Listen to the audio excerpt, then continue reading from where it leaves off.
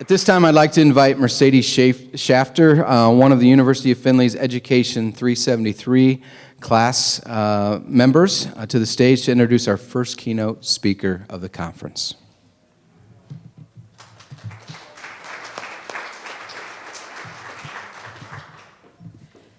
Good evening, and thank you all for coming to the 2022 Mazza Conference, where we recognize a few amazing authors and illustrators.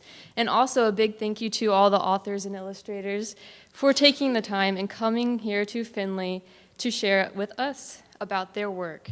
My name is Mercedes Schafter. I am in my third year at the University of Findlay, and I will be student teaching and graduating in this upcoming spring semester. I am here to introduce the sweet and talented author and illustrator Vanessa Roeder. So we can give a little round of applause. So Vanessa grew up in a small town in South Texas at her family's ranch, and currently she lives in Austin, Texas, with her husband and 3 children. She has had a great upbringing with art and literature because her mom was a librarian and her grandpa loved knowledge, and when he was learning new art techniques, he included Vanessa so she could learn too. And Vanessa has received many amazing awards like the 2016 Austin Society of Children's Book Writers and Illustrators. She was the grand prize winner, and some books that she created was the Lucy and the String, The Stack, and my personal favorite, The Boxed Turtle. And now let us welcome Vanessa Roeder once again. Thank you.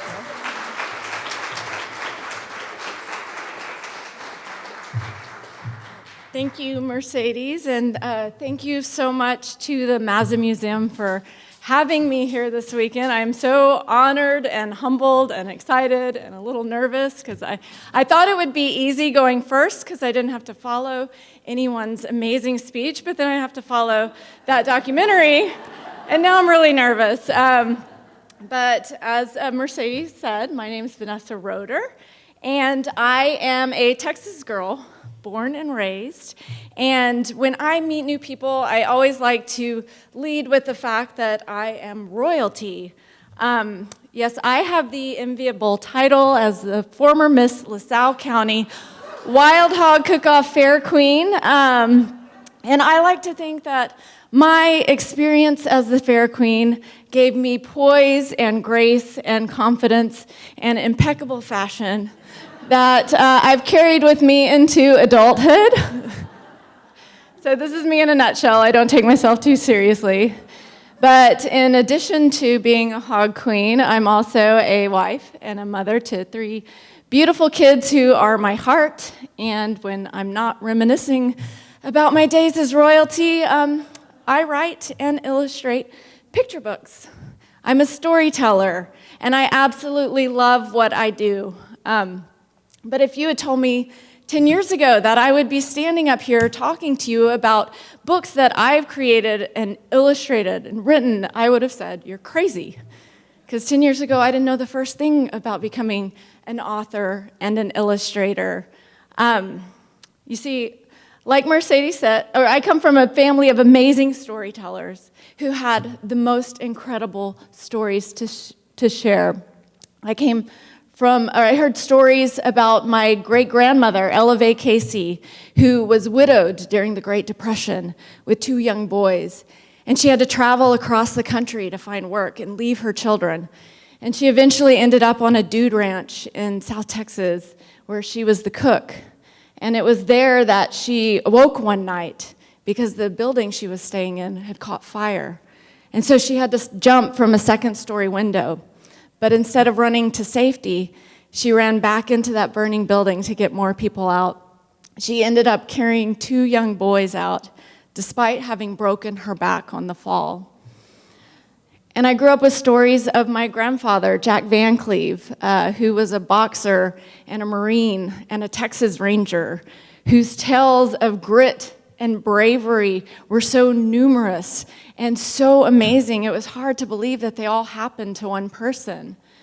And on the other hand, his sons, my dad and my uncle, were known all over South Texas for the trouble that they got into, even though their dad was in law enforcement. But they also had these amazing tales of their times working on ranches and their travels deep into the heart of Mexico and their many, many brushes with death. Their stories would read like good fiction. And then there's my mom, Donna Casey Van Cleve, who had so many embarrassing moments that she would share with us that they could fill a book that would have you cringing and crying, doubled over with laughter. And as I grew with these stories, these were stories that I treasured. They make up some of the fondest memories that I have, and they connected me to my family, and they connected me to my history and to experiences that I would never have. And they taught me that I could survive humiliating experiences. And as I grew with these stories, it became very apparent that I wasn't a storyteller. I didn't have a story to share, or at least one that was worthy of sharing. I was just a very timid and anxious little kid who followed the rules. So my journey into becoming a storyteller was just a long and winding path with these twists and turns and a few big pivots in my life that got me here today. So this is my journey. Like Mercedes said, I grew up in a small town in South Texas. I'm the daughter of a real-life cowboy and the daughter of a real-life librarian. So I grew up surrounded by animals. I rode horses, I fed baby calves, I fed chickens and hogs and cows and pigs, and I even had a pet wild hog named Roeder and a pet deer named Legs. So I had a whole South Texas menagerie. And I also grew up surrounded by books because my mom was our public librarian. But even though I grew up surrounded by books, and even though I spent most of my childhood and my teenage years helping my mom in the library, I wasn't much of a reader. I tried to like to read, I really did, but I would get too distracted, especially when I could be doing something like drawing, because art was and is my passion. And from as far back as I could remember, I wanted to be an artist. It was my dream job. And so in my small town, we didn't have a lot of art resources. This was before the days of the internet. But I have a few big art inspirations that helped me to cultivate and grow my love for art on my journey. And the first was this book. So my mom, the librarian, was an art major in college, and she acquired this book, and in my house, this was a sacred text. It was like the Gutenberg Bible, and it was not to be touched unless you had assistance from an adult. And soon my mom gave up trying to keep it in pristine condition because I wanted to look at it so much, and I wanted to become a Disney animator because of this book, so I would spend hours and hours drawing Disney characters. And unfortunately, I couldn't find one of my numerous pictures except for this picture of Mickey in street clothes. But this book, I inherited it from my mom. It's no longer in pristine condition because I still go to it. It's still a big resource that I use. And I have since amassed a whole collection of the art of animation books that I turn to when I need inspiration. And then there's this guy. I wanted to be the next Norman Rockwell. When I was supposed to be in the library shelving books, if you couldn't find me, it's because I was hiding in the back looking at this giant reference book of Norman Rockwell's art.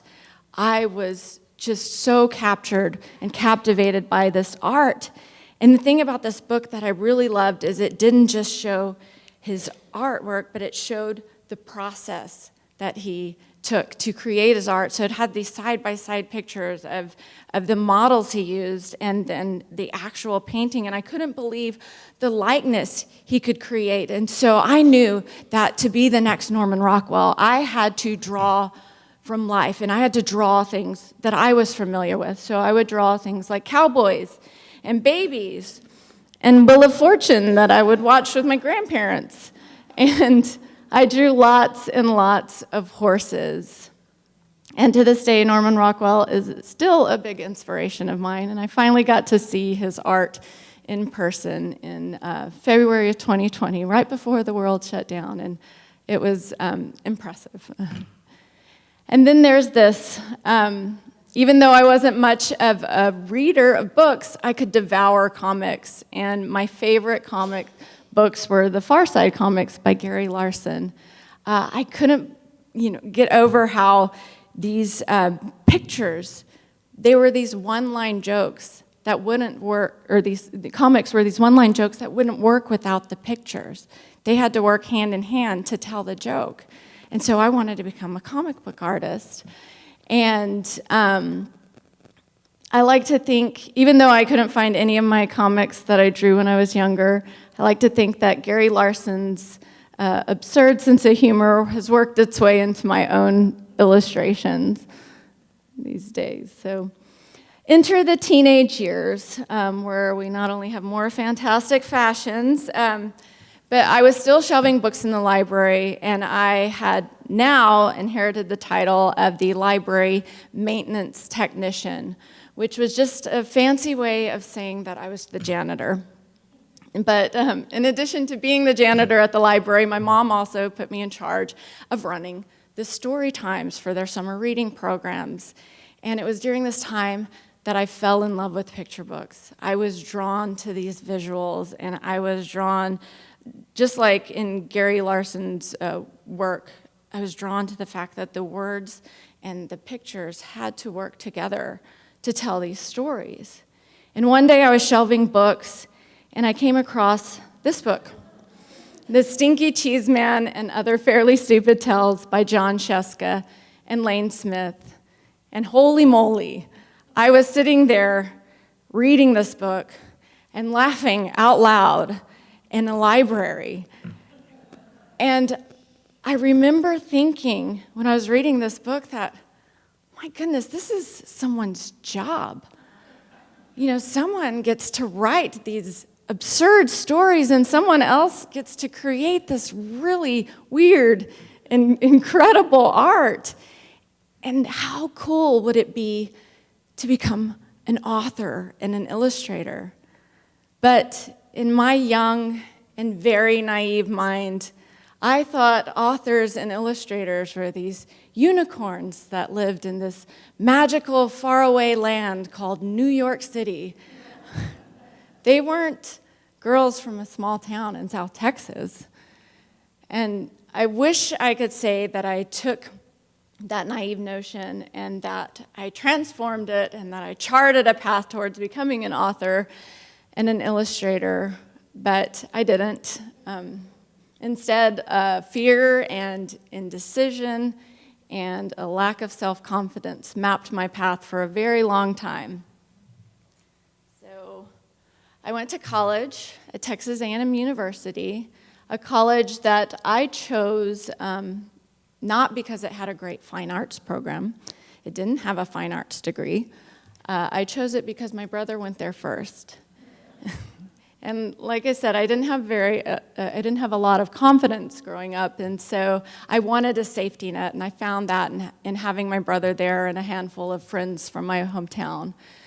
And I sometimes look back and wonder what it would have been, what my life would have been like had I chosen a school that had an art program. But I don't regret my time at Texas A&M. I loved my school.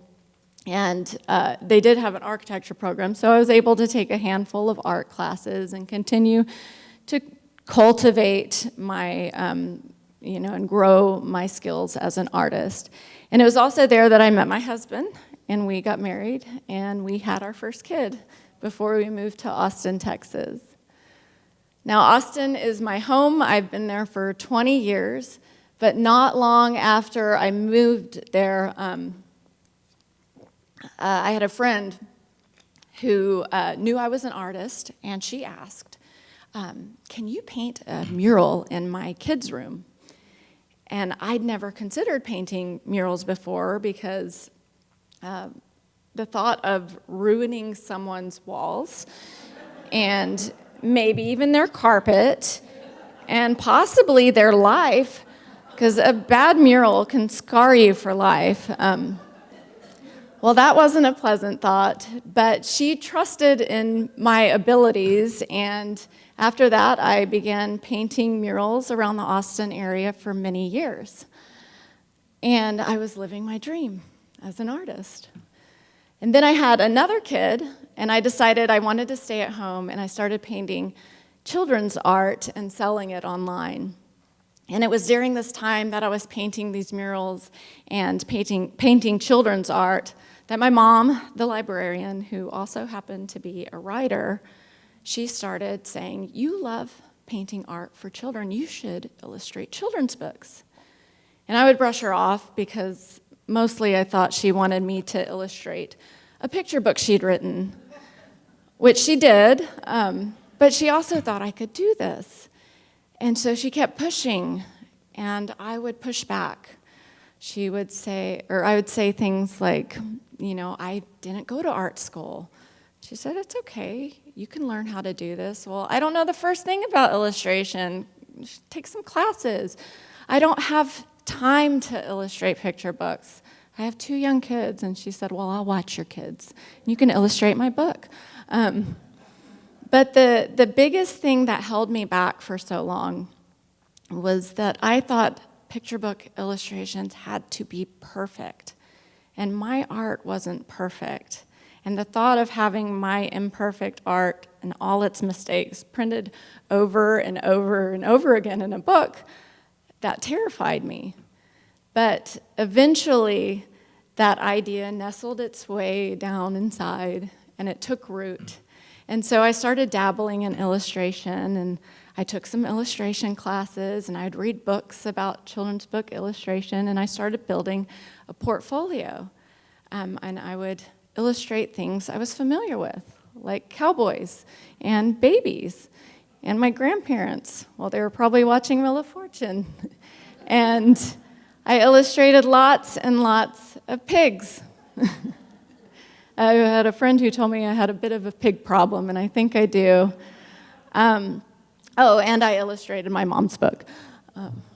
But the real thing for me, the real catalyst that led me to want to become a writer was my mom dragged me to a picture book writers and illustrators conference. She told me to come along to keep her company. And that conference blew me away. And to this day, it's one of my favorite conferences, or it is my favorite conference that I've ever been to, because I went in with no expectations. And then all of a sudden, I was in the presence of these authors and these illustrators who came from all walks of life. They weren't just all these unicorns living in New York City. And then I had art directors and editors and agents that were breaking this industry down into, measurable steps that I could take. But the biggest thing, the thing that flipped a switch in my brain, was the impact that these stories could have on children. These stories could do for other children what my family's stories did for me. They could connect a child to the world around them and connect them to history and to their experiences that they may have and to other people's experiences. And, these stories are things that children can carry with them throughout their lives. And just knowing that, I had to be a part of this noble community. And so I wrote my first manuscript on the way home from that conference. And so I was writing these manuscripts, and I was making more illustrations, and I had another kid, and I had this fire in me, though, to get my books published. And then just like that, 8 years later, my first book was finally published. So it took a long time to get published, and it was a very long road, but this time I had my compass. I knew where I wanted to go, and it wasn't easy. Being able to put yourself out there, put something so personal as your art and your stories out there, that was a scary thing. And I have a friend who loves to remind me of the first time we met. He's a good illustrator friend of mine. He said, we were at this critique session, and he said that I was there introducing my art, and that my voice was shaking, and my hands were shaking. And he said I looked like I was about to cry. I wasn't. But it was scary to put myself out there in such a way, but I was determined not to give up. I was determined to keep trying these things that scared me. And, I got knocked down a lot. I got bad critiques. I got rejected over and over and over again. My very first rejection letter was so nice, it set me up for a lot of disappointment. A lot of form letters, and then, no letters at all, just silence. But like I said, I was determined to get published. And in 2016, a few things happened on my journey. First, I won the Grand Prize Portfolio Award for the Austin Society of Children's Book Writers and Illustrators Conference. So this was after years and years of not getting any results, or not getting, any recognition or any leads to getting published. And I won this award. And in that same year, I started hearing back from agents I'd been submitting to for years. And then I heard from an agent I hadn't submitted to. She saw these characters on my blog. And she asked if they had a story. And I said, yes, they do have a story. And so I sent her my wordless picture book, and she emailed me back and said, this is a great start, but I think it needs some revisions. And she sent me a list of revisions and suggestions, and she basically said, if you want to revise this book and take some of these suggestions, send it back to me, but if not, good luck on your journey. And so, of course, I was going to try to revise this book, and we went back and forth for several months reworking this book. And then she offered to represent me, and 2 weeks later, she sold 2 of my books. And then in 2018, my first book was published. So when I signed with my publisher, signed the contract, I made a promise to myself that as long as it was feasible, I was going to take every opportunity that came my way, even if it terrified me. So much of my journey had been driven by fear of rejection, fear of disappointing people, fear of failure, fear of humiliation, fear of change. And I didn't want that to be my driving force anymore. And so since I've been published, I have now been speaking in schools and speaking at conferences and festivals, and I've done podcast interviews, blog interviews, interviews for magazines and newspapers. I've been on live television twice promoting my books, and it's terrifying. But again, I didn't want to back down from any of these opportunities. I didn't want to look back one day and have the would've, could've, should've done these things. I wanted to take these opportunities as they came along. And so my process, as an author and illustrator, one of the questions I get asked quite often is, where do you get your ideas? And I tell people that I get my ideas from everywhere. Because once you start actively looking and listening for ideas for stories, you'll find that they're all around you.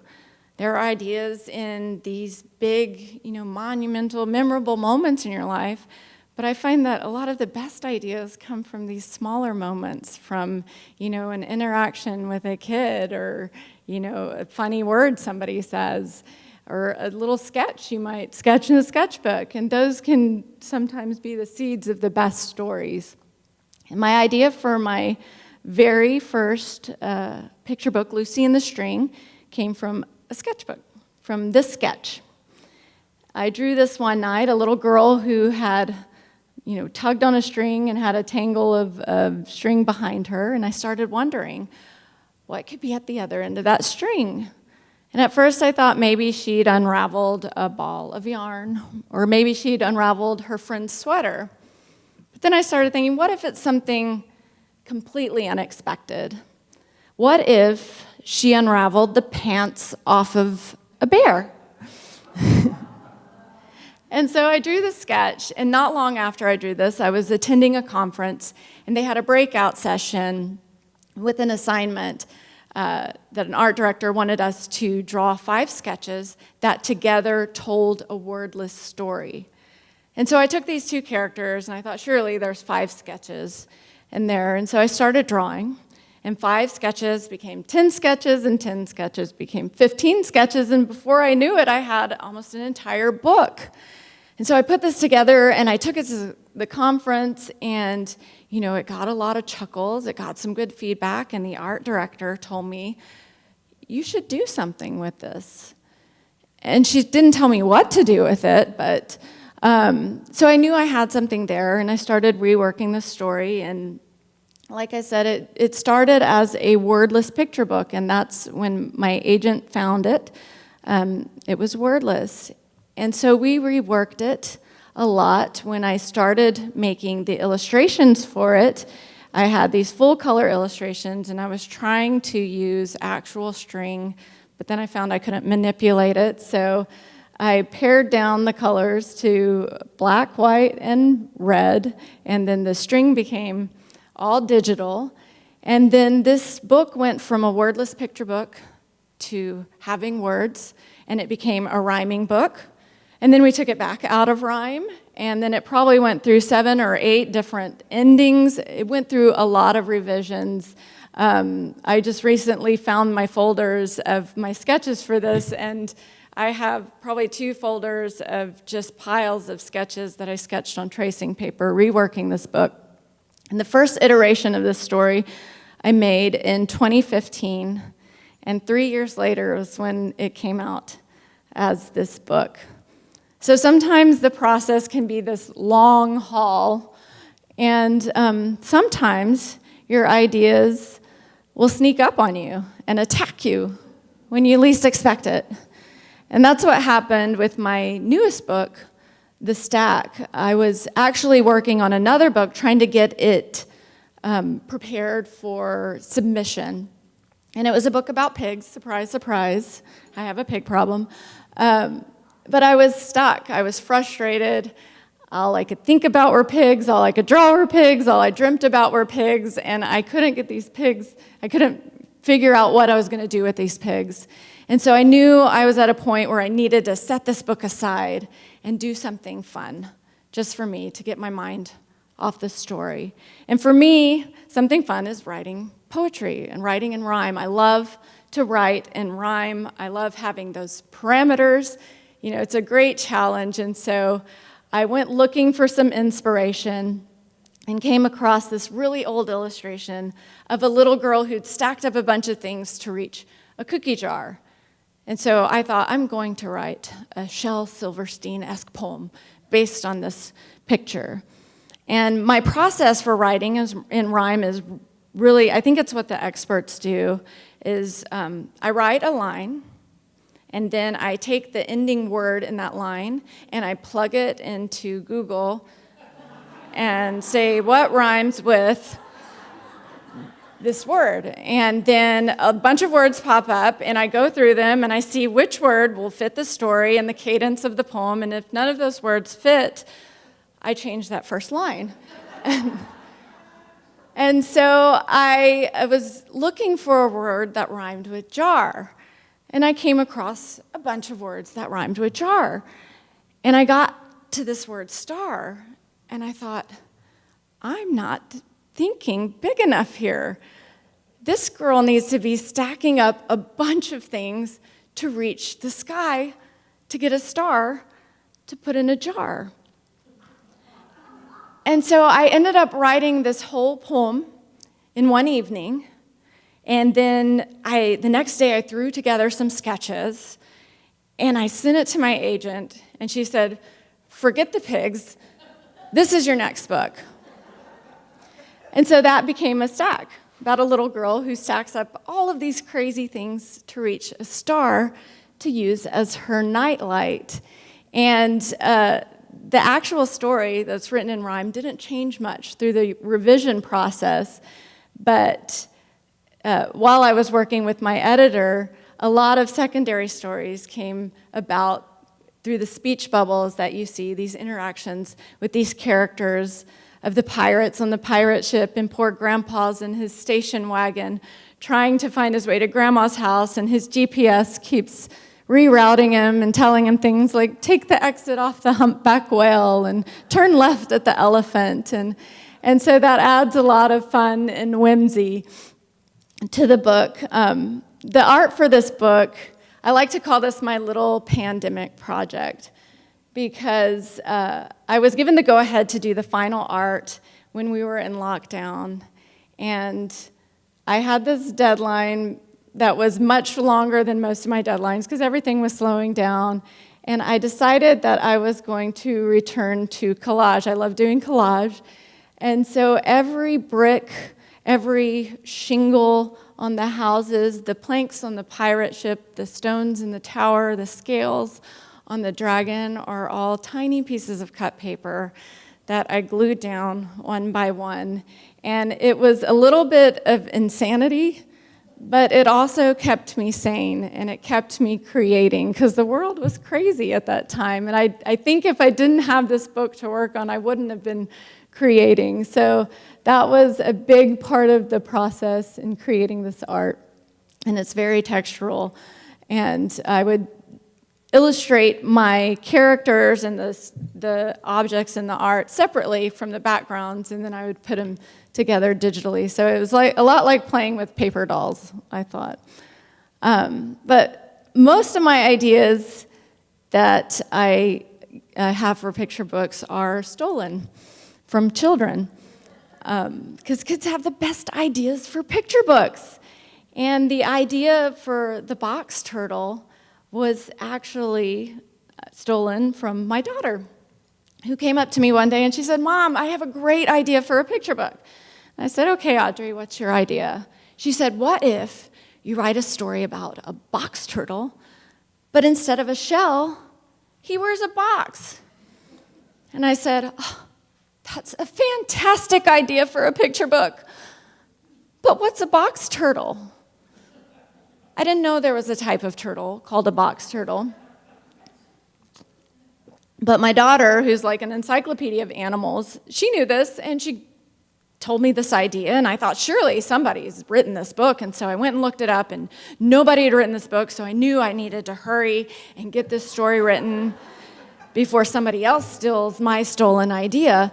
And so I sat with this turtle and his little box shell for months and months, and I couldn't figure out what to do for this story. And I was standing in my kitchen one day, and I looked over and I saw some cereal boxes, and then I saw my kids' lunch boxes and some Amazon boxes, and I saw my mail, and mail comes in mail boxes, and I went, oh, there are so many different types of boxes. This turtle has to go through a bunch of box changes. And so I sat down and started writing this story. And when I'm writing any story, I usually start off trying to write something funny that'll make kids laugh. And then as I'm writing it, these themes start to develop. And the theme of self-acceptance came right away. I knew this turtle was going to go through these box changes, but I always wanted him to come back to his original shell. But then these themes of kindness and friendship came much later. Probably in the fourth revision or so, I added a little hermit crab, and he plays this pivotal role in the story. And so when I'm writing most of my books, I usually start with the visuals, and then I will add a little words, and then I draw some more pictures, and then I add some more words, and then I wave a magic wand, and then there's a book. But I'm going to share this story with you. And this is the box turtle by me, Vanessa Roeder. Idea stolen from Audrey Roeder. These are the front end pages. These are all the different types of boxes that you see in the story. There's the title page. Crack! When the little box turtle hatched, his parents noticed something missing. Oh me! Oh my! But they weren't dismayed. They gave him a name and a shell, both of which fit just right. Now remember, Terrence, you are so much more than just your shell. Terrence's shell kept him dry on the soggiest days, safe from the snoopiest strangers, and on the scariest nights, hoo, it was big enough to share. Terrence loved his shell, until one day, your shell is weird. Suddenly, Terrence's shell seemed too boring, too bizarre, and too big for the little box turtle to bear. So he abandoned it to search for something better. Terrence searched high and low until, wow-wee, his new shell looked sleek. Eek! But it showed too much cheek. The search continued. Ooh la la! He looked classy. He looked sassy. He looked just like Grandma Mildred. He looked for another shell. Oh yeah, he found it. A perfect polka-dotty package. Pop, that was positively petrifying. Terrence tried shell, boom, boom, boom. After shell, hey, ee. After shell, buzz, buzz, buzz. After shell, arg, ah. But nothing fit. This whole situation stunk. A lot. That's it. Pluck. I give up. Scuttle, scuttle. Here you go. Plop. Oh, wow. In that moment, the hermit crab showed what it meant to be a friend. The little crustacean was so much more than just a shell. And maybe Terrence was too. Terrence knew what he needed. But when he found his old shell, oh no, it had changed. It's okay, we can fix it. Terrence patched on soggy days. He toiled on chilly nights. The task grew big enough to share. Finally, the shell was finished. It wasn't sleek or sassy. It was far from perfect and definitely weird. But Terrence wasn't dismayed because this little box turtle was so much more than just his shell. The end. Thank you. Thank you. And these are the back end pages. So the front end pages showed all the different types of boxes in the story, but when I was writing it, I came up with a huge list of boxes I could use, and I couldn't fit them all in the story. So I stuck them here in the back. And so we have things like a toolbox and a shoe box, a soap box and a toy box. And then we have some things in there that aren't boxes, but they're words with box in them, like a boxer dog and boxer shorts. That one's my favorite. And then we have a boxfish. Did you know there was a type of fish called a boxfish? I didn't know until I was writing this story. And so yeah, that's it. That's one of my stories. My stories aren't incredible experiences that I've had or these heroic feats that I've accomplished. They're works of fiction. but they're rooted in some truth. And how much time will we go to? 9:15? Okay. Well, I was going to end with a story, but we're running a little low on time, so okay. All right, so I was going to share this story. It's Veterans Day, so it's the story about my grandpa, the Marine and the Texas Ranger. It's one of my favorite stories about my grandpa, but it's one that he never shared with us. He wouldn't share this story with us. We first heard it at my grandfather's funeral from a stranger who came up to us and said that many years ago, he wanted to enlist in the military. He wanted to serve his country. He wanted, to fight and to be like his peers.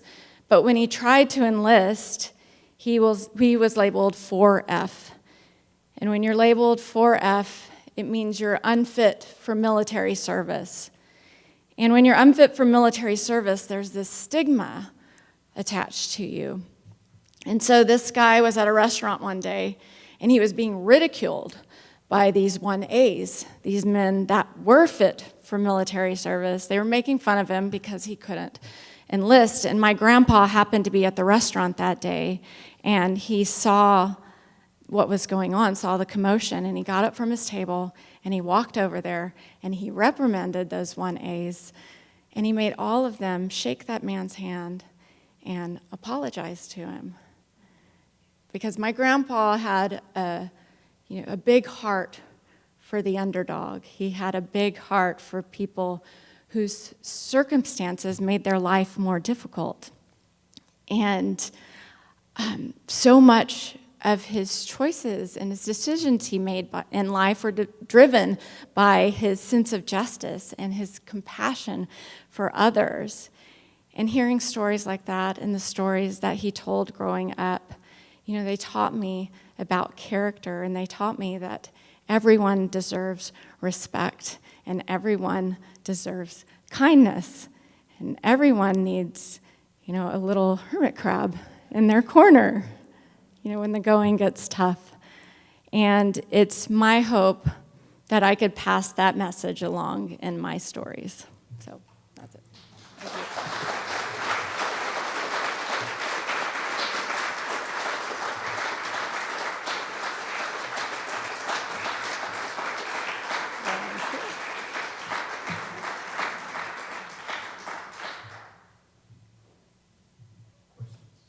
Questions? Any questions for Vanessa?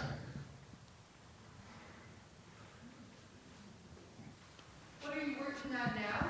Ooh, let's see if I can give you a sneak peek. Oh, I forgot. I was going to show that, just so you know that my mom doesn't, that I didn't just humiliate her. This runs in the family. Forgot to add that, but this is my newest book. It's The King Penguin.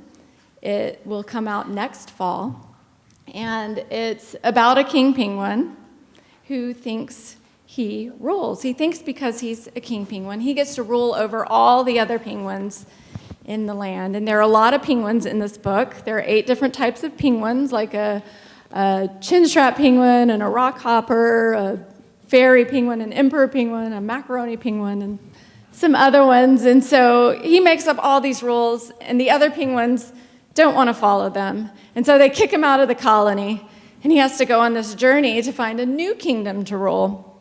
And so he tries to become king of seals, and he tries to declare that he's king of these orcas, and he tries to become king over polar bears, and he runs into trouble because they try to eat him.